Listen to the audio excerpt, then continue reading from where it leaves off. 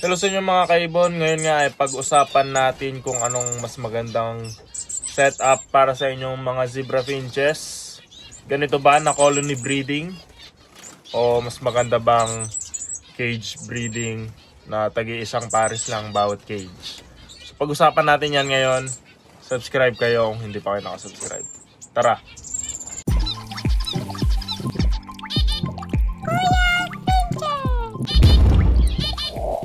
Alamin nga natin kung anong mas bagay sa inyo na breeding setup mga kaibon.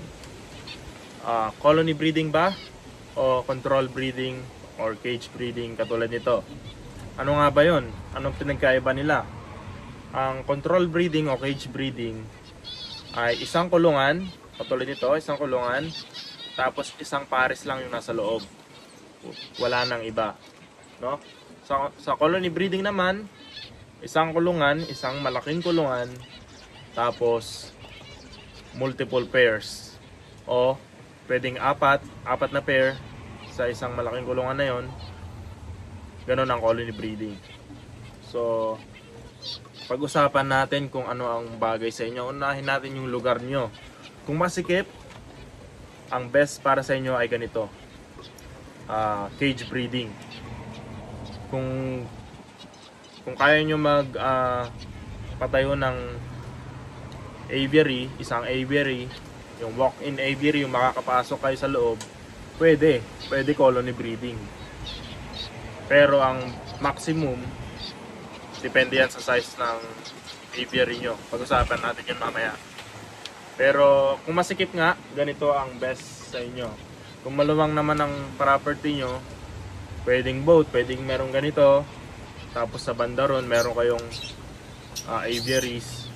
Pwede. Pero kung ano ba ang mas maganda, kung gusto nyo lang isang setup lang, ano ba ang best or successful na setup para mag-breed ng mga zebra finches?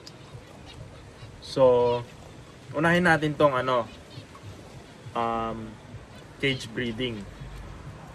Tignan natin kung anong mga advantages at disadvantages nito. So, unang advantage nito ay nagsisave siya ng space. So, kung masikip sa inyo, pwede yan. At kung maluwang naman, pwedeng marami kayong breeding cages, marami kayong breed. Pero yun nyo, ganito kalaking space lang. Ayan wala pang isang dipa. Meron na akong 8 cage. At pwede ka na mag-breed ng 8 pairs sa setup na to. Pwedeng merong black face dito, pwedeng merong black cheek, orange line, pied, fawn, ganun. So, pwedeng multiple kasi marami ka namang cage. Ang isa pang advantage nito ay control breeding. Kung gusto mo mag-produce lang ng black face, meron kang isang black face dito. Kung gusto mo mag-produce lang ng mag-produce pa ng isa pang mutation, meron ka namang black cheek dito. Kung black breast lang, dito naman. Kung orange line, dito naman. Okay lang mo. May nagpapadugtog guys. So ang maganda pa sa control breeding ay alam mo kung saan galing yung inakay mo. Meron kang mga records, pwede mo lagyan dito, creams dito. Yung inakay niya merong certain traits na gusto mo i-project. Ganun ang kagandahan niya compared sa colony breeding. Hindi mo alam kung saan galing yung inakay unless panoodin mo ng maigi yung mga pairs mo doon. Tapos hindi mo rin alam kung saan nanggaling yung certain traits. Sabihin natin malaki yung width ng ulo niya, hindi mo alam kung saan. Baka may nagpuproduce ng pied, hindi mo alam kung sino. Pero dito, malalaman mo. Sabihin natin yung puro kasi cream at fawn dito Sabihin natin parehong gray ito. Tapos biglang meron kang naianak na fawn. Automatically fawn hen yun. So malalaman mo na split fawn yung cockbird mo. So ganun ang maganda sa control breeding. Kasi kung hindi mo kino-control breeding, sama-sama lang sila sa isang kulungan, pwedeng mag-mix up yung mga information na hinahanap mo. So nakakalito. Isa pang advantage, kapag ganito ang breeding setup mo, yung mga pares mo, focus lang talaga sila sa isa't isa. Hindi na sila magagambalan ng iba pang pairs. Kasi minsan kapag sapin natin yung divider natin ay nakikita nila yung isa't isa dito, pero may divider pa rin. Ang nangyayari kapag ganun, minsan yung male natin nagugustuhan yung female dito. So nadidistract siya imbis na dun lang sa pares na hen na pinares mo sa kanya kasi gusto mong mag-produce ng certain color. So nadidistract siya, kaya mahirap kapag ganun. Kaya kailangan hindi sila nakikita, wala silang makita. So yun yung advantage nun, kapag ganito lang, focus lang sila sa isa't isa at hindi sila nagugulo ng iba pang mga pairs. Ang masasabi ko lang na disadvantage nito ay yung oras mo dito, kasi araw-araw kailangan mo palitan yung inumin nila at saka yung kailangan mo lagyan araw-araw ng patuka. Pero pag busy ka, hindi mo magagawa yun, no? Pag busy ka sa work. Kasi ang dami niyan. Araw-arawin mo, papalitan mo ng ito. Tapos papalitan mo ng tubig. Tapos ito naman, papalitan mo. Hanggang sa matapos mo lahat yan, yung cage na yan. Yun yung disadvantage nun. Pero ang tip ko sa inyo guys, ganito yung gamitin nyo. Ito, walang laman to. Ayan. Rabbit drinker. Yung mga pangkuneho yan, no. Ayan. Maganda to kasi 1 week puno pa yung tubig nila at hindi pa nadudumihan. Ang problema lang dito, dahil matagal maubos, kapag naarawan yan, magkakaroon ng lumot. Pero okay lang yun, basta nililinis mo siya kapag nagkalumot. Maganda to kasi hindi nila natataihan yung tubig nila tapos matagal pa maubos. So hindi maubusan ng oras yung ikaw kapag busy ka sa work, no? Pwedeng weekly ka lang magpatubig. Tapos ito naman, feeders guys. Maganda rin to kasi sa akin sa isang pair, tapos ganito kalaking feeder, automatic feeder. Siguro 2 to 3 weeks 2 to 3 weeks siya nauubos. So hindi ako araw-araw naglalagay ng patuka kasi dati wala akong ganyan, mga lang yung lalagyan ko, ganito lang noon, tapos araw-arawin ko yan. So matagal, makakasira ng ulo. Ubos yung oras ko dyan noon. So ngayon, minsan na lang ako nagpapakain. Pero kailangan pa rin tignan-tignan nyo kasi baka pag nabasa kasi ito sa ilalim, hindi mag-flow yung seeds niya. So mababara, maubos na sila ng pagkain. Kahit puno pa yan, kung hindi naman umaapaw o dumadaloy, hindi sila makakakain. So kailangan ino-observe nyo pa rin. So yun yung disadvantage nito, kung gipit kayo sa oras, ito ay time consuming. Tapos yung naman ito, yung sa taihan nila, kusot lang naman yan sa baba. So parang siya, sawdust, yan, sawdust. Yung pinaganuhan ng mga pag naglalagari kayo or chainsaw, yun, yung kusot nun. So minsan ko lang yan palitan, siguro after breeding season, dun ko lang pinapalitan. Tapos matagal na ulit siyang dumumi bago palitan. Ayan. So yun yung maganda sa cage breeding o control breeding. Kung napapanood nyo si Daddy Putingting guys, si Daddy Putingting's mini aviary, meron siyang mga zebra finches noon at sinusubaybayan ko yun, no? Dahil mahilig nga ako sa zebra finches. Sinusubaybayan ko yon, meron siyang malaking kulungan. Ang laki.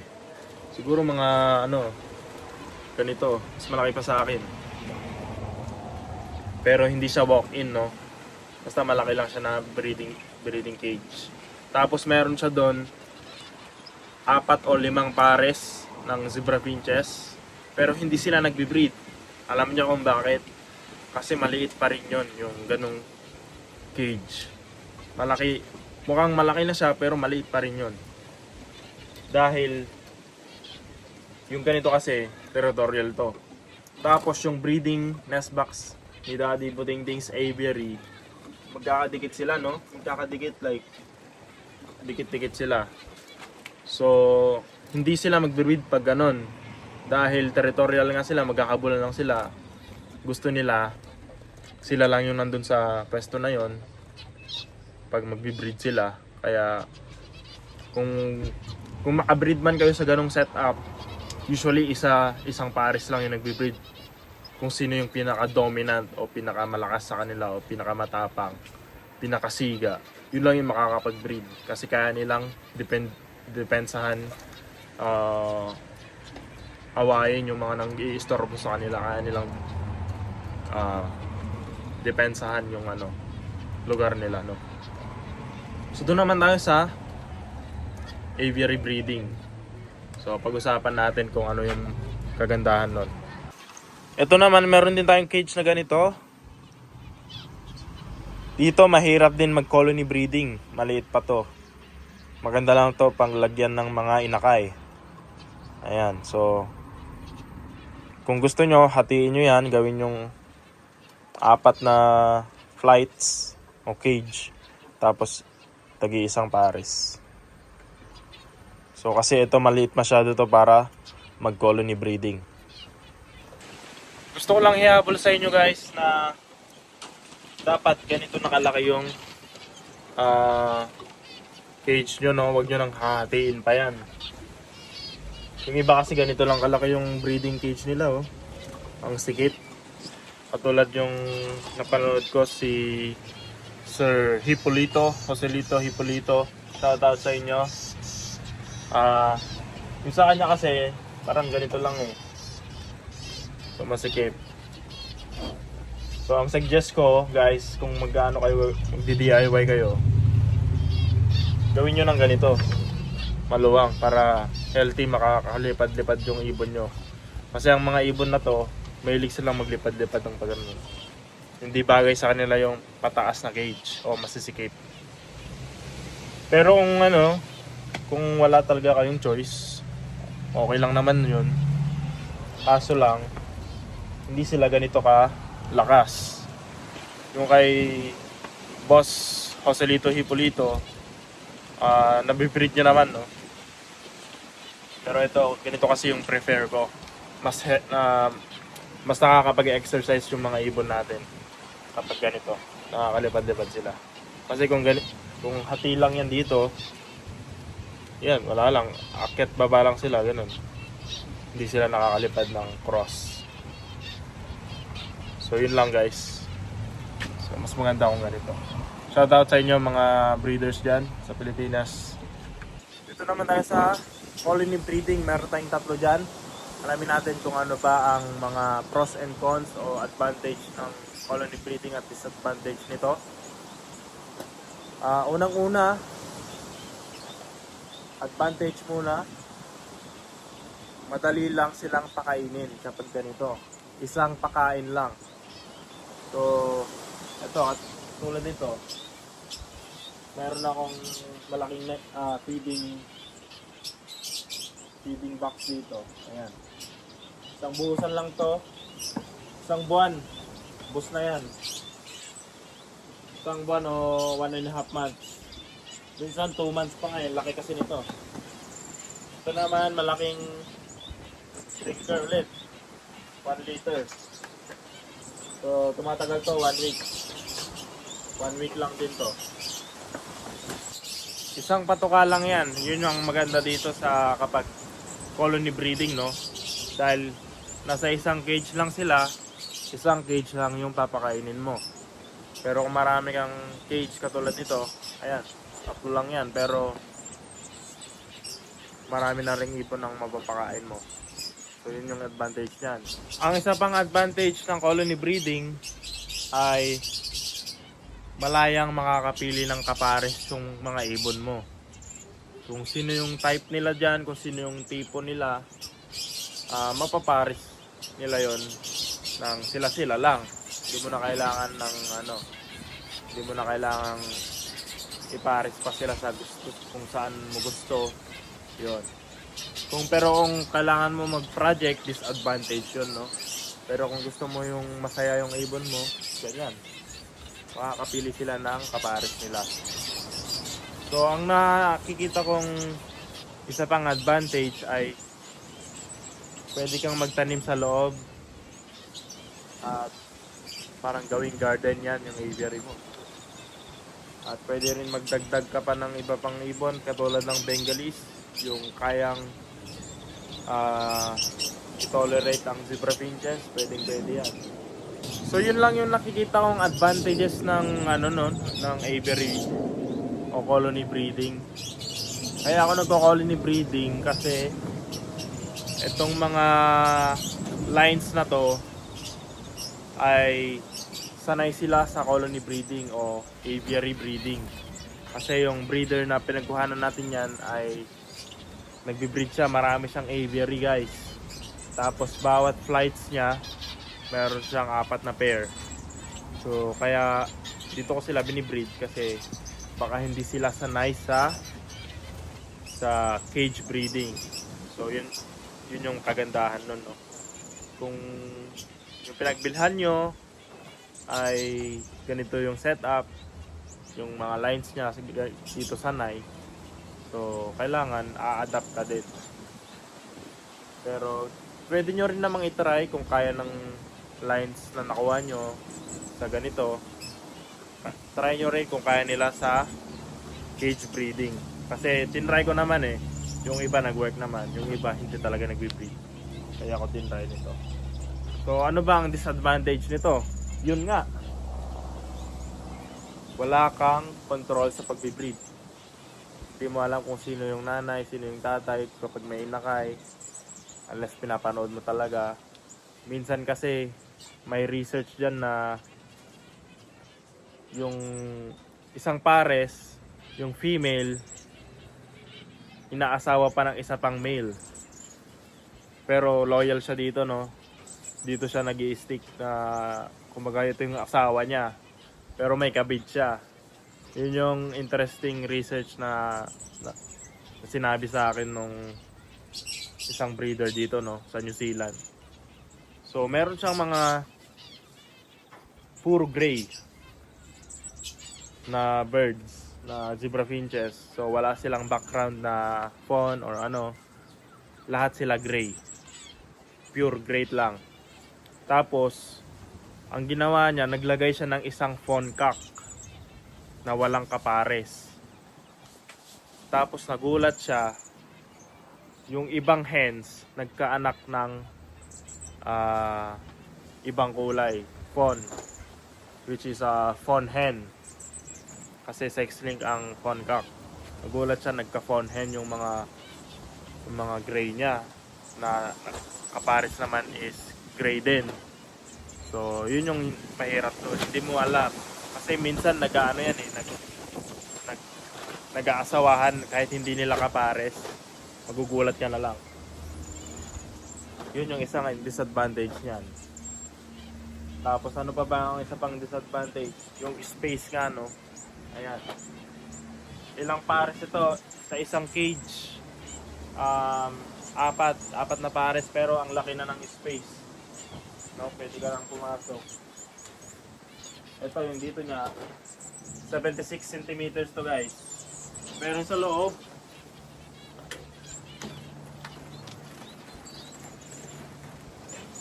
mga isang dipa ko. Ganito siya sa loob, ganyan. So, malaking space siya.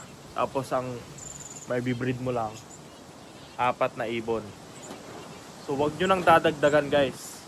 Kapag ganito lang kalaki yung aviary nyo, ganyan, tapos isang pahaba, huwag nyo nang dagdagan. Maximum na yan is 5 pairs. Pero best is 4. Huwag nyo nang dagdagan kasi mangyayari lang yan, mag-aaway-aaway lang sila kapag umuupo na yung isang hen, tapos mayroon lang isang ibon na dumapo sa perching malapit sa nest box nila. Pag nakita niya yun, lalabas siya, hahabulin sila. Ganun yung nangyayari dito. Kaya ang masasabi ko, mas marami akong napoproduce sa cage breeding. Dito kasi, kung magbe-breed sila, minsan nai-istorbo sila ng ibang pares. At dito, kitang-kita mo yan, walang divider na solid. So wire lang siya. Nakikita nila yung sa kabilang aviary na ibon.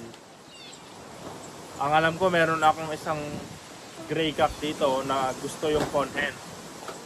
So yung pinares ko na gray hen sa kanya, hindi niya inaasawa kasi gusto niya yung fawn hen sa kabila. So ganun yung disadvantage niya, no? Ang maganda lang dito is isang patukana, isang painuman na lang. Pwede ka nang umalis, patukana ng work. Sila na yun.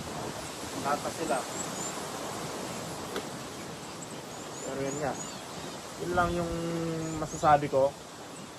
Pero kapag Bengalese finches, pwedeng damihan mo yan kahit more than 5 pairs. Pero pag zebra finches, sa ganito kalaking cage o aviary, isang ganito, tapos ganito na dimension, 5 is the maximum. Huwag nyo nang dagdagan guys kasi mag-aaway lang sila. Sa 4 nga, nahihirapan na akong mag-produce ng marami. Sa 4, ganitong setup, tapos 4 na pair. Ang na-breed ko lang sa 5 buwan ay 2 pares. 2 pares lang ang nag-breed out of 4 pairs. Dito naman, 1 pares lang. Ngayon, naging 2. Yung isa doon, nandun sa pangalawang box. Yung pinakauna ko, marami nang may produce. Tapos nag-start pa lang ngayon yung pangalawang pair na nag-breed. So may 2 silang inakay dyan. Dito naman, as in wala. Isa lang ata na pair ang na-breed ko dyan. Tapos namatay pa yung inakay niya. Kasi pagbaba ng nest, hindi nila pinakain. Kasi merong mga kaaway sila. So ayun yung disadvantage yan, no? Mas marami tong disadvantage kaysa advantages. Pero yun guys, yun lang ang masasabi ko. Mas maganda talaga para sa akin yung cage breeding o control breeding. Kasi kung gusto mo mag-project, makokontrol mo yung pairings mo. Kaso time consuming lang siya. Ito, kung may gusto kang ang maganda dito kasi line breeding. Isang pamilya sila sa isang kulungan. So kahit sino magpares doon, okay lang kasi nagla-line breed ka naman eh.